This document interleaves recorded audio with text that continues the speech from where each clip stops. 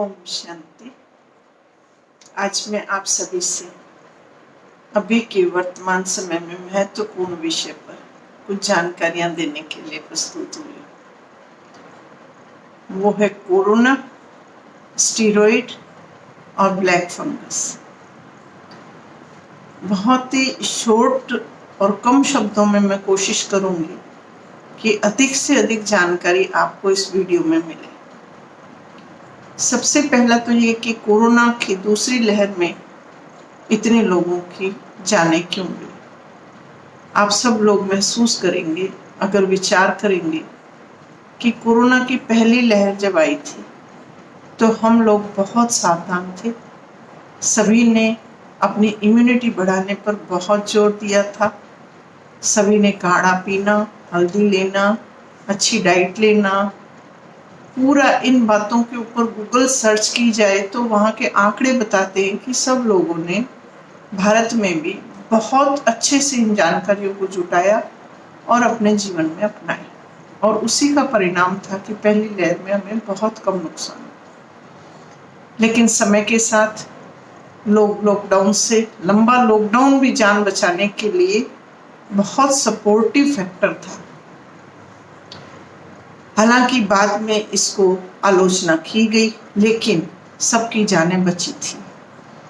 और फिर जब लॉकडाउन खुला, उसके साथ ही चूंकि नुकसान भारत देश में कम हुआ था, विश्व में ज़्यादा हुआ था, इसका फायदा लेकर सोशल मीडिया पर बहुत सारे लोगों ने भारत देश के विशेष करके चैनलों पर बहुत भ्रम फैलाया। यूट्यूब पर विशेष कि कोरोना स्कैंडल है, कोरोना कोई बीमारी नहीं है, कोरोना प्रोपेगेंडा है, और उसका परिणाम ये हुआ कि देश की जो जनता थी वो दिग्भ्रमित हुई। और फिर दिवाली पर और उसके बाद सबने सावधानियां इस्तेमाल करना छोड़ दिया, जिसका परिणाम ये हुआ कि दूसरी लहर में हमें इतना नुकसान उठाना पड़ा कि लगभग घर घर से जुड़े हुए रिश्तेदारों में से, परिवारों में से एक एक जान तो सभी की गई, और सभी ने एहसास किया कि कोरोना वाकई महामारी है। अब हमें क्या करना है? अब कोरोना के बाद ब्लैक फंगस नाम की महामारी और आ रही है। ऐसा क्यों हो रहा है? कुछ लोगों का कहना है कि स्टीरॉइड लेने से ब्लैक फंगस आ रहा है। अब यहाँ इन तीनों शब्दों को मैं आज पूरा खुलासा आपको करूँगी। आप इस वीडियो को ध्यान से देखें, सुने, समझें और इसके एक एक बात पर ध्यान देकर अपने जीवन में उतारें, तो आप आने वाले समय के खतरों से अपने आप को, अपने परिवार को बचा पाएंगे। पहली बात तो ये है कि ऐसा नहीं है कि स्टीरॉइड कोरोना महामारी आने से पहले चिकित्सा जगत में यूज नहीं होते थे। चिकित्सा जगत में स्टीरॉइड कैंसर के मरीजों को दिए जाते रहे हैं, ऑर्गन ट्रांसप्लांट में, गुर्दे की बीमारियों में, गठिया जोड़ों की बीमारियों में, और ऐसी बहुत सी बीमारियां हैं जहाँ इन्फ्लेमेशन शरीर को तंग करता है, सूजन आती है, या ओवर ऑटो इम्यूनिटी जो है ओवर रिएक्ट कर रही होती है, जिन्हें ऑटो इम्यून डिजीज कहते हैं, तो उन्हें सप्रेस करने के लिए स्टीरॉइड पहले भी दिए जाते रहे। लेकिन कभी भी, यहाँ तक कि कभी ऑर्गन ट्रांसप्लांट वाले मरीजों में जिनमें इम्यूनोसप्रेसेंट भी दिए जाते हैं, उनमें भी कभी ब्लैक फंगस की इन्फेक्शन नहीं हुई, ना देखने में आई। तो ऐसा क्या है? स्टीरॉइड को इल्जाम क्यों दिया जा रहा है? इसके दो कारण हैं। पहला ये है कि जब कोरोना के लिए दवाइयाँ प्रॉपर समझ में भी नहीं आ रही, और जिनके ऊपर भरोसा किया गया और आसरा बनाया रेमडेसिविर और कुछ दवाइयों का, तो उनके कालाबाजारी के कारण यूट्यूब पर, सोशल मीडिया में लोगों ने इतने भ्रामक प्रचार किए कि जो किचन टिप्स बताने वाले हैं वो लोग भी कोरोना का इलाज बताने लग गए। और यहाँ तक कि कुछ विशेषज्ञ भी, जो अच्छे नामी जाने माने विशेषज्ञ थे, उन्होंने भी जनता के हाथ में स्टीरॉयड नाम की दुधारी तलवार ठहरा दी, थमा दी लोगों के हाथ में कि वो खुद इसका प्रयोग अनाड़ी तरीके से करने लगे। उन्होंने यहाँ तक कह दिया कि कोरोना का इलाज तो बस स्टीरॉयड की मेड्रॉक्स टेबलेट खाने से ही हो जाएगा, जबकि उसका परिणाम उनको देखकर समाज ने महसूस किया, उन्होंने खुद भी भुगता और लोगों ने परिणाम भुगता है। स्टीरॉयड इतनी मामूली दवा नहीं है, हाँ आसानी से उपलब्ध है, सस्ती भी है, लेकिन ये कोरोना का इलाज नहीं है, ना ही स्टीरॉयड कोरोना से बचाव की दवाई है, और ना ही स्टीरॉयड लेने से ऑक्सीजन की जरूरत कम होती है। ये तीन बातें मैं आपको बोल रही हूँ, इनको दिमाग में अच्छे से सेट कर ले और कोई भी गलतफहमी आपके दिमाग में वो निकाल दे। हाँ, कोरोना में स्टीरॉयड मदद करते हैं सेहत सुधार में, लेकिन किस स्थिति में करेंगे, कब करेंगे, कितनी मात्रा में लेना चाहिए, ये आप कृपया करके विशेषज्ञ की सलाह से, मैं कहूँगी कि MBBS डॉक्टर और आम गांव में बैठे डॉक्टरों की सलाह भी ना ले कि वो स्टीरॉयड कब देंगे, उन्हें भी पूरी पक्का अनुभव नहीं है। आप सिर्फ विशेषज्ञों की और जो कोरोना मरीजों के प्रभारी के रूप में अच्छे से कोरोना वार्डों को संभाल रहे हैं, ICU को, उनके संपर्क में जाकर उन विशेषज्ञों की राय लेकर ही स्टीरॉयड शुरू करें। एक बात। दूसरी, स्टीरॉयड लेने से ब्लैक फंगस हो जाएगा, अब ये दूसरा भ्रम न पालें। जरूरत है तो स्टीरॉयड अवश्य लें, सावधानी से लें, डॉक्टरी परामर्श से जितना विशेषज्ञ बोले उतना लें, उतने दिन तक लें। और यहाँ मैं चिकित्सकों से भी निवेदन करूंगी कि स्टीरॉयड को बहुत लंबे समय तक ना दें, अनावश्यक रूप से मरीजों को बहुत जल्दी शुरू ना करें, क्योंकि इससे उनकी इम्यूनिटी कम होती है। आप ऑडियंस की जानकारी के लिए मैं बताऊं, शुरुआत के 7 दिन में कोरोना के स्टीरॉयड किसी भी तरह काम का नहीं है, बल्कि अगर आपने लिया तो ये आपके लिए जानलेवा साबित हो सकता है, क्योंकि कोरोना वायरस खुद हमारे शरीर की इम्यूनिटी को इतना अधिक सप्रेस करता है कि उसके खुद के लक्षण भी हमें पता ही नहीं चल रहे। दूसरी लहर में 7 दिन तक वो शरीर में प्रवेश करके नुकसान पहुंचा रहा है, लेकिन हमारी इम्यूनिटी उसके खिलाफ एक्टिवली खड़ी नहीं हो पा रही।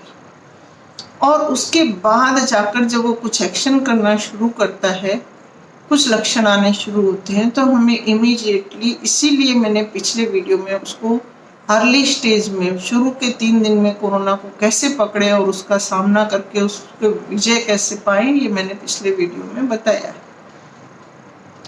तो 7 दिन से पहले तो स्टीरॉयड की कल्पना भी ना करें, और 7 दिन के बाद भी अगर आपको तकलीफ है तो बहुत सारी दवाइयाँ हैं, इम्यूनिटी बढ़ाने वाले काम हैं, भोजन है, काढ़ा है, हल्दी है, ये सब नियमितता से चालू रखें, किसी भी हालत में इनको छोड़े नहीं।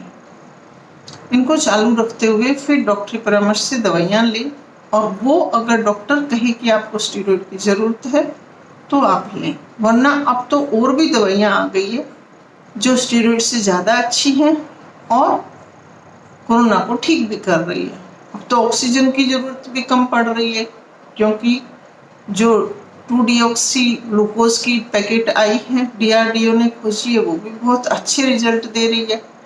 मेथिलीन ब्लू पे भी रिसर्च चल रही है, वो भी बहुत अच्छे परिणाम दे रहे हैं, और ये सब अच्छी सस्ती दवाइयाँ हैं, और कोरोना से हम लोग अब जीत लेंगे, लेकिन जहाँ तक हो सके अपने आप को बचाना ही श्रेष्ठ उपाय है। अब तीसरी बात, ब्लैक फंगस क्यों हो रहा है कोरोना में? कोरोना के बाद ही, महामारी के बाद ब्लैक फंगस इसलिए फैल रहा है, इस बात पर विशेष ध्यान दें, आप ध्यान से सुने कि कोरोना एक बहुत खतरनाक बीमारी है, जिसकी विशेषता ये है कि कोरोना होने से पहले हमें अच्छी इम्यूनिटी की ज़रूरत है।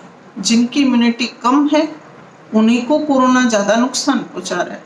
और दूसरा, चाहे स्वस्थ हो चाहे कम इम्यूनिटी वाला व्यक्ति, अगर वो कोरोना से संक्रमित हो गए हैं तो कोरोना दो तरह से आंतरिक नुकसान कर रहा है।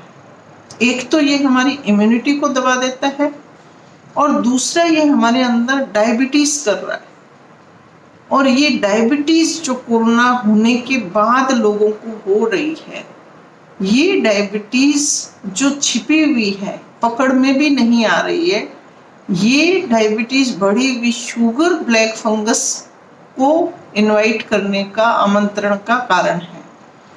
इसलिए मैं सभी से, आम जनता से और डॉक्टरों से भी निवेदन करना चाहूंगी कि हर कोरोना मरीज जो ठीक हो चुका है, चाहे वो माइल्ड स्टेज से ठीक हो गया हो, चाहे मॉडरेट से, चाहे सीवियर स्थिति से, हर कोरोना मरीज अगले 6 महीने तक हर महीने में 2 बार अपनी शुगर जांच अवश्य करें।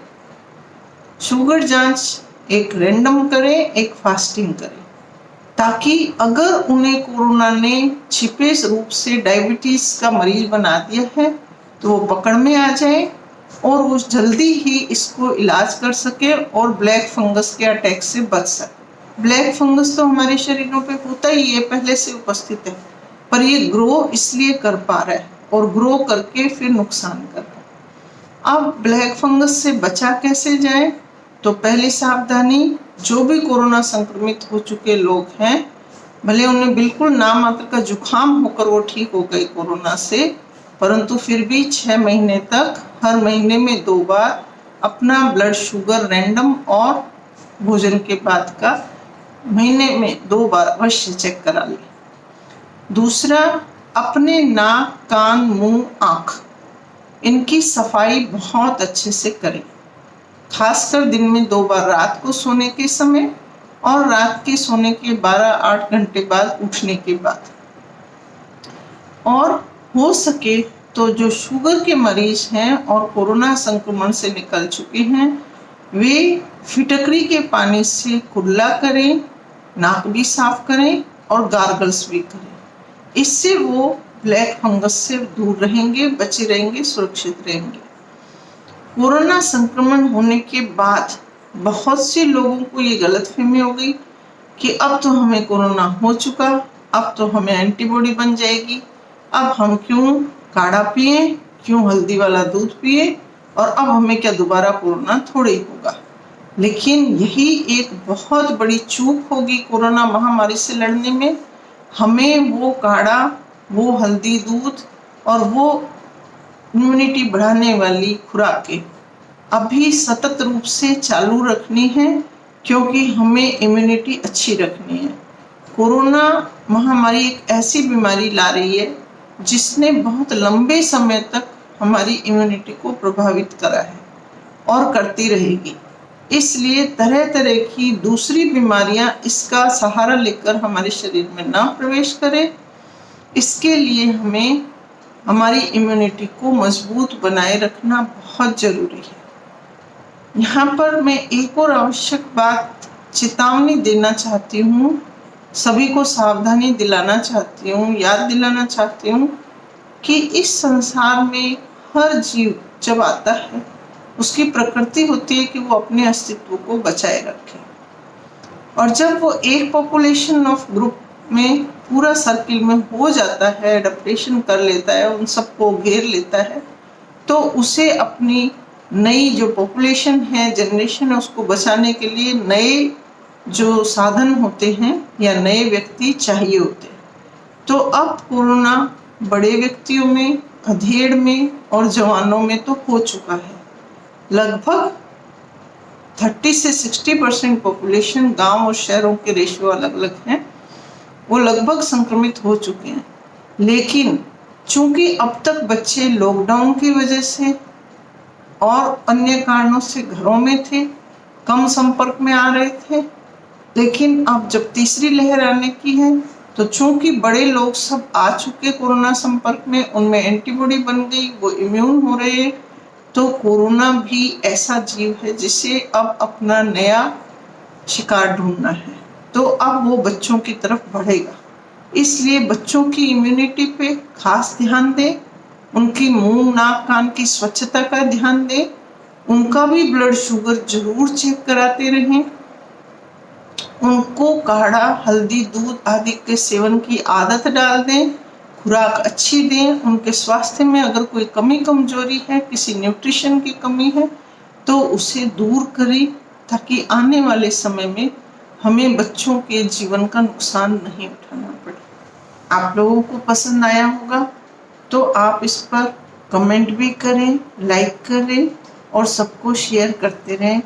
चैनल सब्सक्राइब नहीं किया तो अवश्य करें। इम्यूनिटी बढ़ाने वाली वीडियो और कोरोना से और भी किस तरह से लड़ा जा सकता है, क्या क्या सावधानी रखी जा सकती है, वो मेरे कोरोना पेंडेमिक प्लेलिस्ट में जाकर चैनल सब्सक्राइब करके आप उनको भी अच्छे से अपना ज्ञान बढ़ाने के लिए, जानकारी बढ़ाने के लिए देख सकते हैं। ओम शांति।